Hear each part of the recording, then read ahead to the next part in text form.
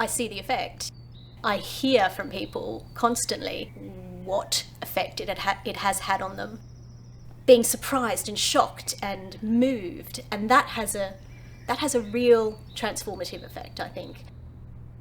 It's just about an opening or an unlocking of understanding, and I think it does it so on such a human level. You know, it's not about understanding the policy or understanding what the laws are, it's understanding what the human experience is, which is always just about life and death. And I think that's why it works so well. These are the true words of people who we've spoken to, and this is the way they wanted it told to you. The readings are really impactful because of their simplicity. We have 3 actors on chairs with scripts and an audience. We're not putting on a play, we're not putting on a performance, we are sharing real people's real experiences. I remember the first time I read the stories, I was pretty emotional. It pulls no punches. It's not trying to paint anyone into a particular type of person. It just simply lays out people's experience. It gives you a full scope of humanity, the laughter, the challenges, the wins, the resilience, the joy, the pushbacks and the come again, and the pushbacks and the come again, and it's all there. There was one occasion where I was reading the testimony of someone who came to watch. That day I was really nervous because I was like, I have a huge responsibility here, that person is here. In the end, they actually couldn't sit and listen because it was too much, but we spoke afterwards and they were really grateful that we were doing this and that we were getting their story out there. And it's so important that those people aren't having to kind of relive their trauma, but they're very happy that, you know, people are hearing this. I went to a meeting and there was a woman there from Iraq, and her name was Amal Hassan Basri. And someone asked her, "Oh, can you tell us a little bit about yourself and what happened?" And she told us her story. She had got on one of these boats and the boat had been overcrowded and it had sunk and hundreds of people drowned around her. And she managed to survive by holding onto a dead body. And listening to her speak in her own way, in her own time, not being asked questions in a journalistic style, just being able to express what she wanted to express. It was a sort of a light bulb moment. I thought, oh, if only people could hear this. Growing up, the sort of experience of living in the UK as a refugee and being different, being other, it was a story that never really I felt like I could communicate or, you know, people could understand very well. I always knew that my parents had come from this country, from Chile, that they had sort of quite traumatic experiences there, but I learned about my parents' experiences through theatre, actually. So it was, my dad took me at quite a young age to go and see a production called Death and the Maiden, which is the story of a woman who experiences torture, and many years later she's in sort of her summer house with her husband, and her husband has brought someone home whose car's broken down, and it turns out to be her torturer. And this was the first time I was given a real understanding of what my parents had experienced. Then I came to the UK in 2004. I started looking around and reading The Sun, reading the Daily Mail, reading the tabloid press, talking to people and thinking, I think there's a place for this kind of project in the UK as well. Within the media and also within our own government, there's such a narrative of hostility towards migrants and asylum seekers. It really makes you think about what it means when you describe people in swarms. When you look at the situations under which people came here, a lot of which is precipitated historically by British action in the home countries and in the home territories, as they were called, when Britain occupied these places and denuded them of resources, and I shall not go on that rant. But here, there's a reason why people come here. And when you hear the story, you can't but see people.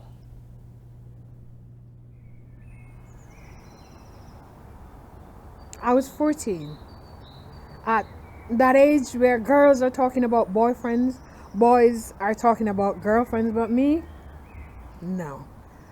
I didn't tell anyone. In Uganda, if your kid is found to be homosexual, Our families treasure preserving respect, so they'd rather send you away or call the police about you. I grew up in the eastern part of the Congo. A middle-class life, 6 brothers, 2 sisters, big strong family. My father was a medical doctor, I was a teacher. I came back to Uganda after competing in the Glasgow Commonwealth Game and dined with the president at a state dinner.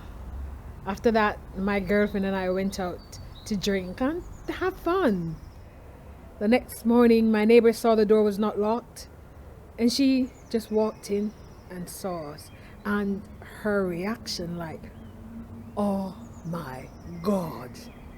If people heard her screaming and got to us in this situation, they would first beat you or kill you and then start asking questions.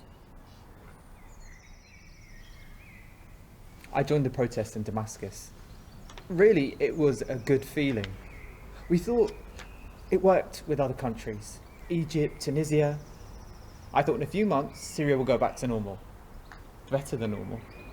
The soldiers came to our village. They would kill people. They would rape people, cut the breasts off women, and you're just seeing it. Some days I relive those memories and I start to feel panic. When it came to the elections, we started going to the village to tell people that we needed votes for the opposition.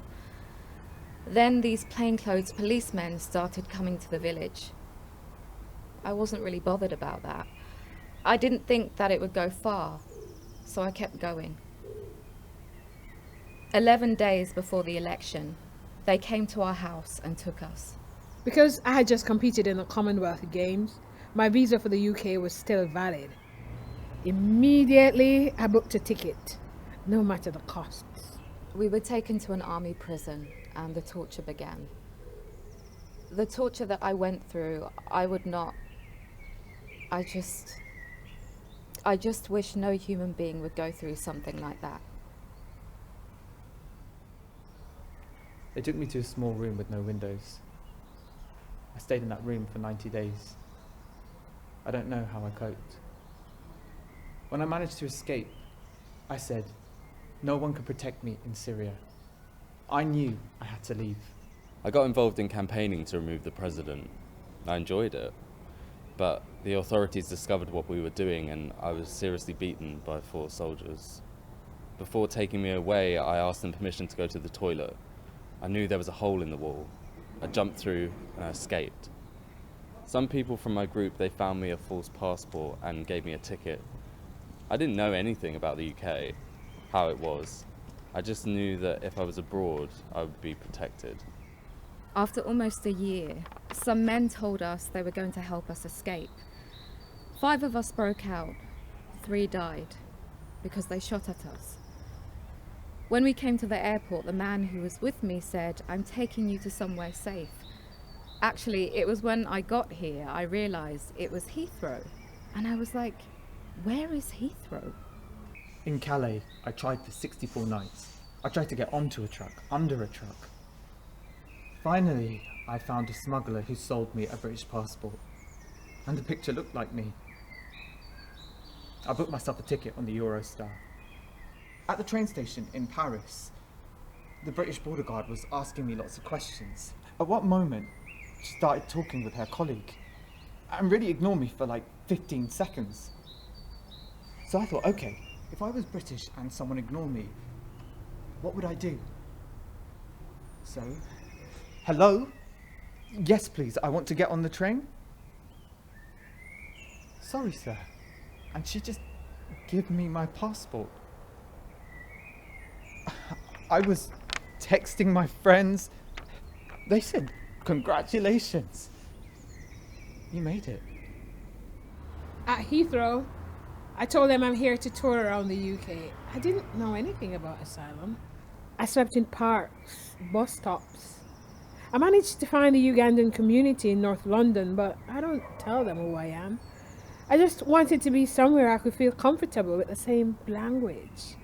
I used to listen to their stories, conversation and gossip, and in a way, they made me smile. My asylum claim was rejected, and the Home Office sent me a letter saying my appeal was not lodged in time. From that moment, I really started struggling. They told me to leave my accommodation. I started relying on charities.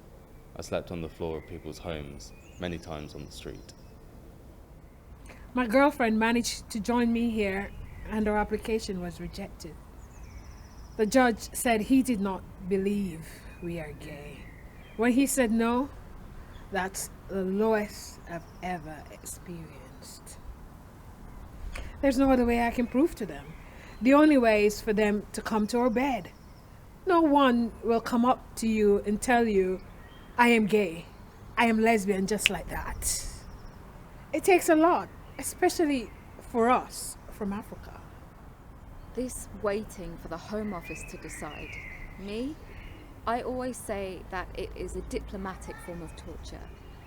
Because my scars, they heal. It was painful. But if I touch them now, I feel no pain.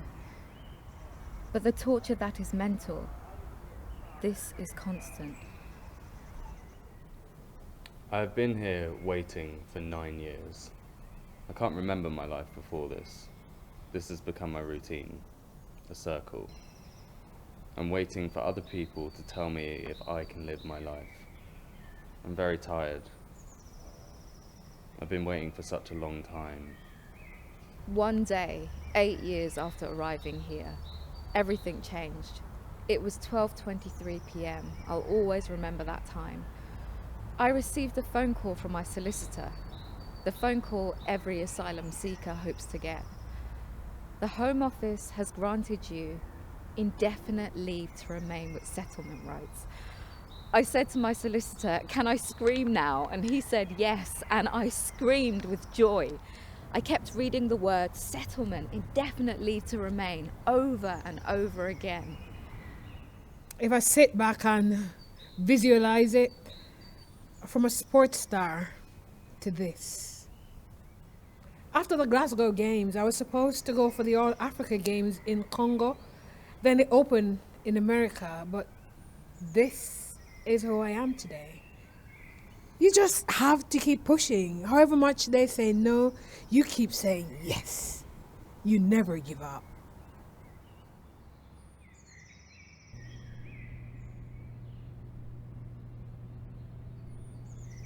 I think what keeps me driving with the Actors for Human Rights project is that it is no less relevant today than it was when it was started. I think it's made me more realistic about how long change takes. Things have changed, slowly, incrementally, with campaigning, but it's never systemic. You know, it's never, right, we need to overhaul this thing. It's like, let's make a tweak here and make a tweak there. So I guess I realised that sometimes that's all you can do is make those tweaks and help that incremental change, but you should never stop asking for systemic change, and you should never stop campaigning for it and making people aware of that's what's needed. You know, the day you plant the seed is not the day you reap the fruit.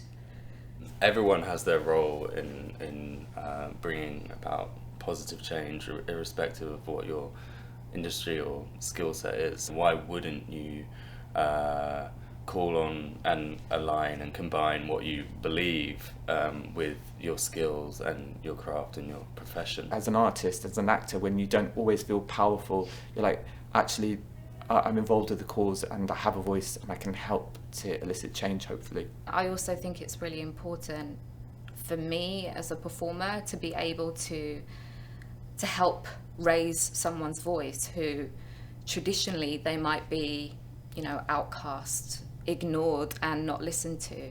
And I guess everyone wants to be listened to, don't they?